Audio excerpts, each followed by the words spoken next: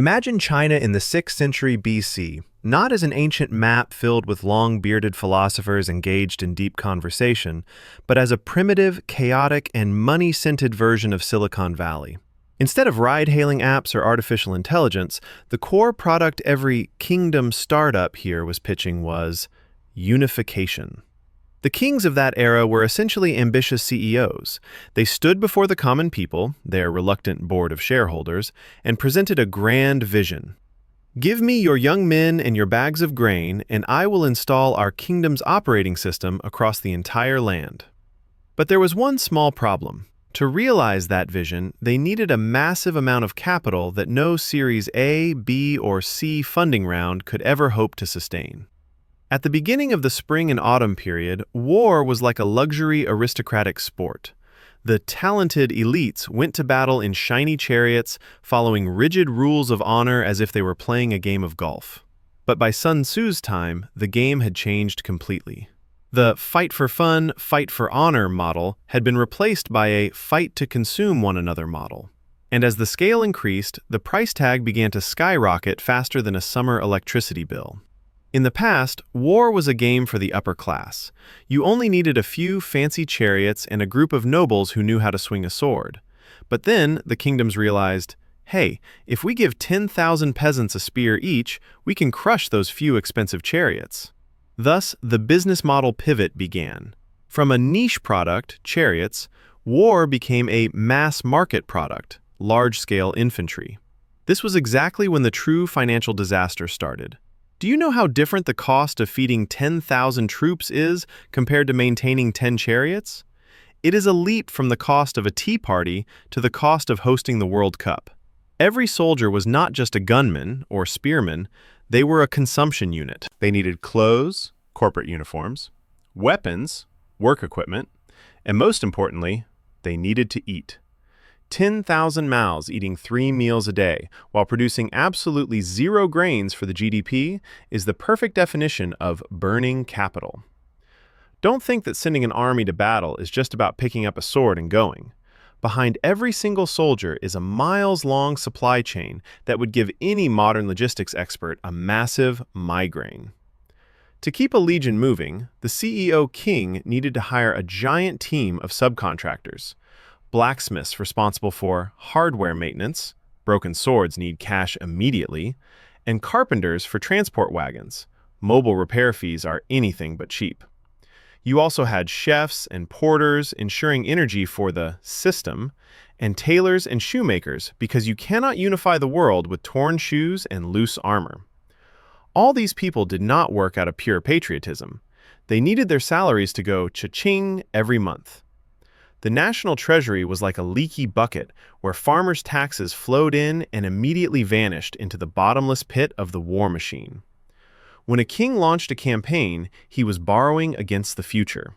When farmers were drafted, fields were left fallow. When horses were requisitioned, commercial trade stopped. This is the opportunity cost kings ignored in their speeches. Sun Tzu saw this clearly. War was an experiment in economic endurance. If you win, but the country is exhausted, it's not a success. It's going bankrupt with your head held high. Nations fell into a death loop. Fear led to raising an army, which led to no money, which made them easy targets to be attacked.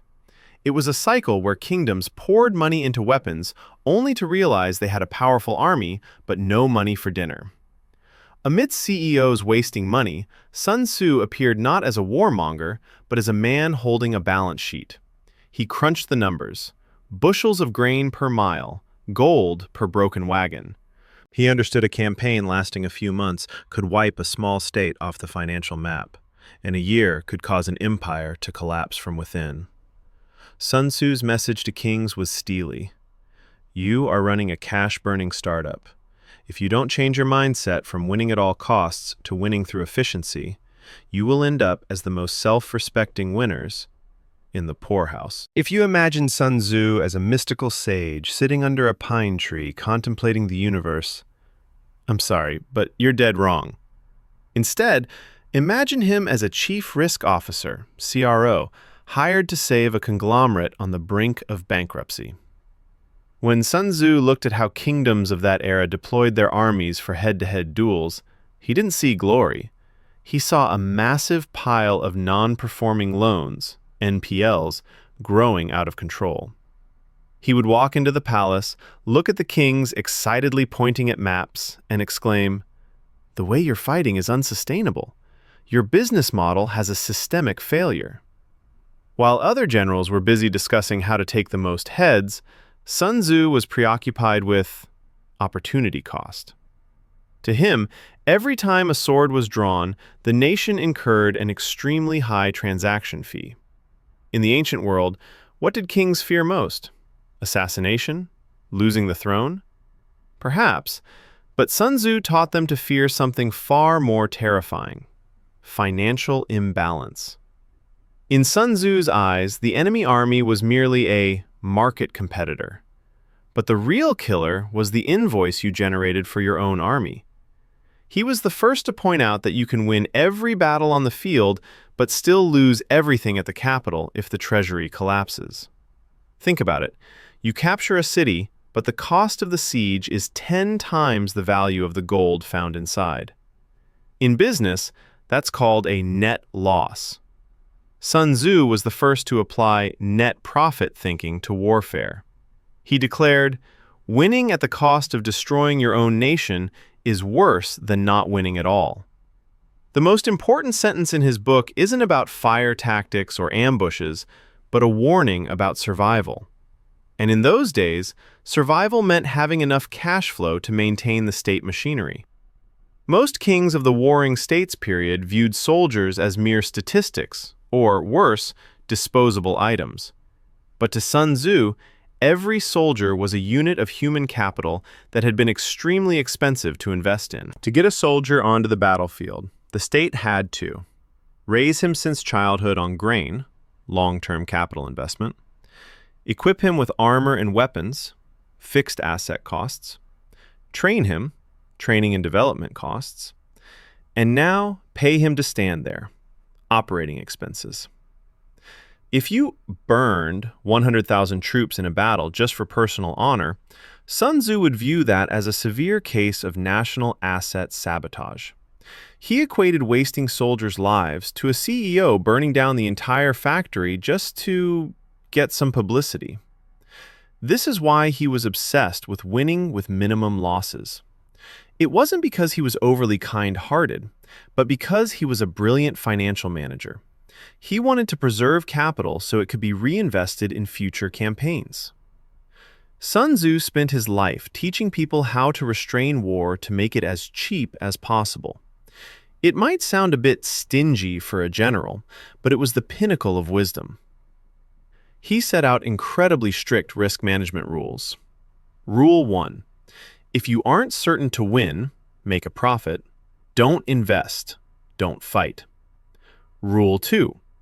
If you can use a trick to win without spending a single arrow, COGS reduction, that is genius. Rule 3. Prolonged war is poison to cash flow. No country has ever benefited from a long, drawn-out conflict.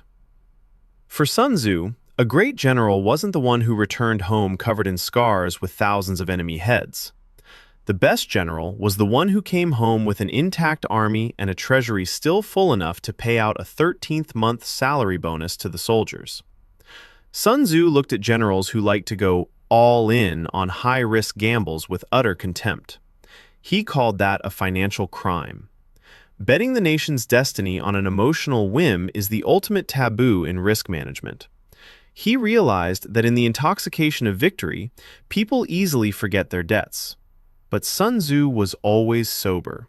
He stood there with his spreadsheet, reminding leaders, "Your Majesties, every day the army moves, 100,000 ounces of gold vanish. Calculate carefully before you shout, 'Charge!'" If you think logistics is a modern invention by FedEx or Amazon, you are dead wrong. Sun Tzu faced a supply chain far more hardcore, where there was no GPS, no highways, and definitely no flat-rate shipping fees. Behind every majestic soldier holding a spear on the battlefield was a ghost army of subcontractors, people who never touched a sword but were the most skilled at draining the king's pockets. When Sun Tzu looked at a marching army, he didn't see warriors. He saw a massive consumption line devouring the nation's GDP. First, let's talk about the blacksmiths and carpenters. In ancient warfare, these were the equivalent of IT engineers and hardware maintenance specialists. Blacksmiths. A chipped sword or a punctured breastplate after a minor skirmish. You can't just throw them away. You need a blacksmith. And field blacksmiths don't work for passion. They need coal, steel, and an extremely high hazard pay salary. Carpenters. These were the kings of overquoting. A grain wagon breaks an axle in a mountain pass. Congratulations, you've just been price gouged. The emergency repair fees on a spring and autumn period march were likely more expensive than towing a car on New Year's Eve today. Sun Tzu understood that every time a chariot broke down, it wasn't just a technical glitch, it was a net loss to the national budget. Don't forget the cooks and porters, the people running the power system of the army. An army of 100,000 needs tons of grain daily. But here's the real scam of history. To deliver 1 unit of grain to a frontline soldier, the porters and pack horses ate 20 other units along the way.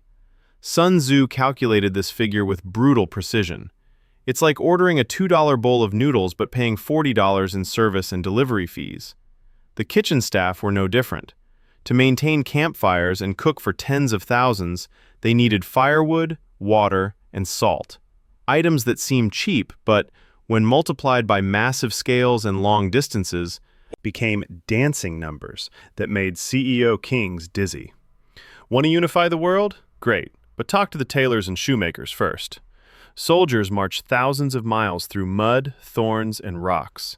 A torn shoe didn't just hurt a soldier's foot, it slowed down the entire legion.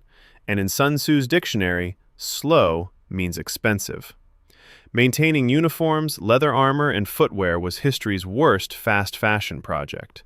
Raw material costs, like leather and fabric, fluctuated wildly with the war, and subcontractors always had an excuse. Your Majesty, because of the distance, the price of cowhide has skyrocketed. Please send more cha-ching. All these people, from the grumpy blacksmith to the complaining porter, had one thing in common. They weren't fighting for the king's grand ideals. They worked for the paycheck. The national treasury was no longer a treasure chest. It had become a leaky bucket. The taxes from farmers, toiling away in the fields, flowed in only to be instantly sucked dry by the bottomless mouth of the war machine. Sun Tzu realized a bitter truth. When an army marches, domestic currency inflates, the price of essentials soars, and the economy begins to gasp for air. Every ting-ting notification of a payment was a stab at the nation's financial health. Seeing this logistics ecosystem full of greed and waste, Sun Tzu offered pragmatic advice. Eat off the enemy. He said, 1 bushel of the enemy's provisions is equivalent to 20 of one's own. Why? Because when you use the enemy's food, you slash your operating costs, kill the enemy's cash flow, and save on hiring those expensive subcontractors back home. This wasn't just common looting. In Sun Tzu's eyes, this was a strategic M&A, mergers and acquisitions, of resources to optimize battlefield profit. Once we understand the agony of feeding a bloated logistics machine, we see why Sun Tzu worshipped speed. To him, marching fast wasn't about looking tough. It was about ending the, quote, wallet-draining chain of expenses as quickly as possible. In The Art of War, Sun Tzu opens with 5 fundamental factors: the moral law, heaven, earth, the commander, and method and discipline. While it sounds like a mystical kung fu movie, through a CEO's lens, this is actually a very practical risk audit checklist. The moral law, unity. This isn't just about high ethics. Sun Tzu is asking, are the citizens willing to pay their taxes? Do the shareholders, the people, believe in this project? Without trust, your capital flow, tax revenue, gets clogged right at the fundraising stage. Heaven, weather, and earth, terrain. Don't just think of rain or mountains. Think of operating expenses, OPEX. Long roads mean gas money. fodder for horses, and steep mountains mean broken wagons, asset depreciation. Terrain is the biggest variable affecting your cost of goods sold, COGS.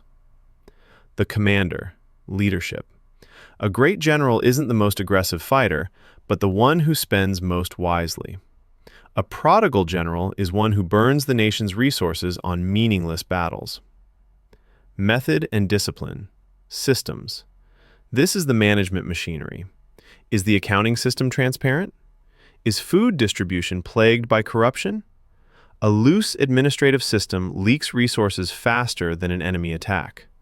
In short, these 5 factors aren't for picking a lucky day. They are for calculating whether your nation has the financial and managerial capacity to play this high-stakes game. Sun Tzu possessed terrifying mathematical skills. He didn't just say, long distances are tiring. He provided a clear economic formula for distance and resource depletion. He calculated that if your army marches roughly 20 miles from its base, the cost of transporting food from home to the front lines will consume the entire value of that food. Imagine ordering a $2 bubble tea, but because the shop is too far, the delivery fee is $20. Would you drink that tea in tears, or just stay hungry? Sun Tzu understood that distance increases costs exponentially. The further the army goes, the higher the break-even point of the war climbs. Eventually, even if you win the battle and capture a stash of gold, that money might only be enough to pay for the toll fees and transportation costs. Because of this fear of logistics costs, Sun Tzu proposed a tactic we now call local sourcing, but in a much more hardcore version: foraging on the enemy. To Sun Tzu, seizing the enemy's food wasn't just an act of aggression, it was a stroke of financial genius. He wrote, "1 bushel of the enemy's provisions is equivalent to 20 of one's own." Why the 20x multiplier? 1. Input cost savings. You don't pay for the rice. 2. 0 transport costs. No need to hire porters from home. 3. Increasing competitor costs. The enemy loses grain and must spend more to replace it. 4. Cash flow preservation. The treasury at home remains intact for other investments. This is the pinnacle of supply chain optimization.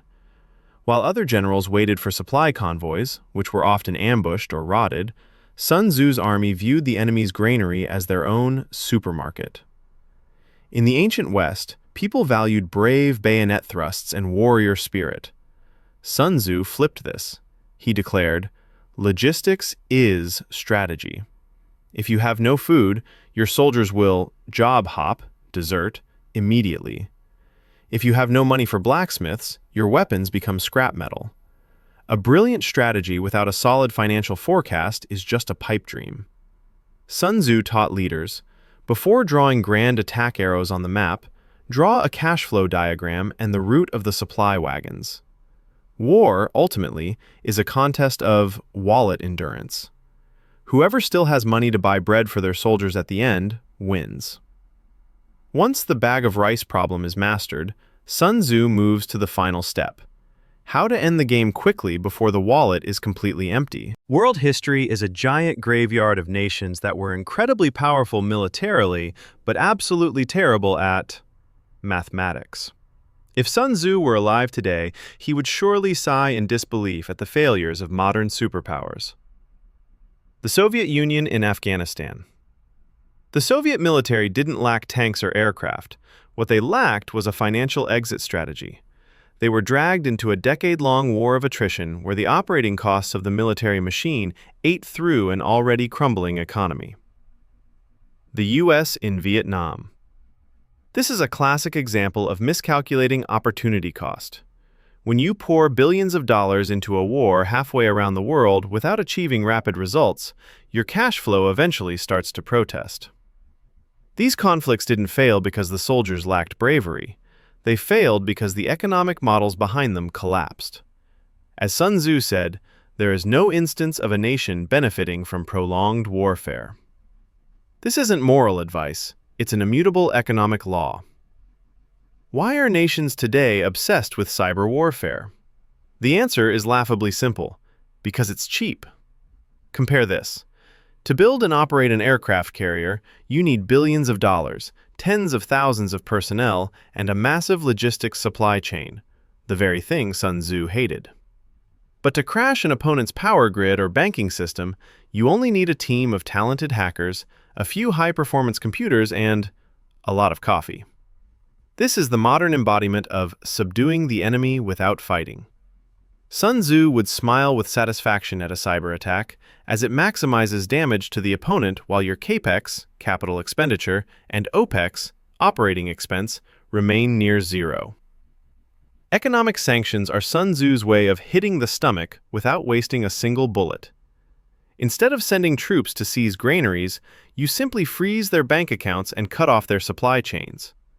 The result is the same. The enemy weakens, the treasury drains, but your army stays home sipping tea. Similarly, proxy wars are essentially outsourced warfare.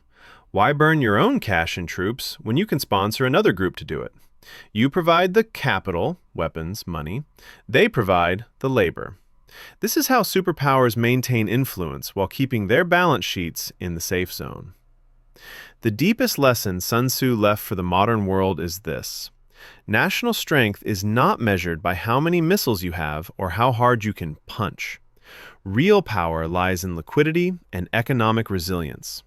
A powerful nation is one that can absorb shocks, maintain supply chains, and avoid bankruptcy after a crisis. Sun Tzu didn't teach rulers how to be bullies. He taught them how to be managers of stability.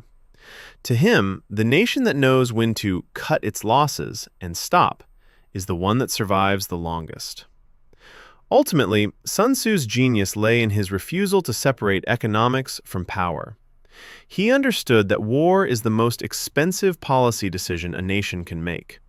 Anyone who miscalculates the cost signs their own death warrant. Today's world may be far removed from the spring and autumn period in terms of technology, but the math remains the same. Invoices will always arrive after every conflict, and nations without economic discipline will pay with their entire future. We hope this Sun Tzu the Accountant series has given you a fresh, practical perspective on the most classic military treatise of all time. If you found these numbers and invoices more interesting than bows and arrows, don't forget to subscribe. History always has the answers, and usually they are found on the very last page of the ledger.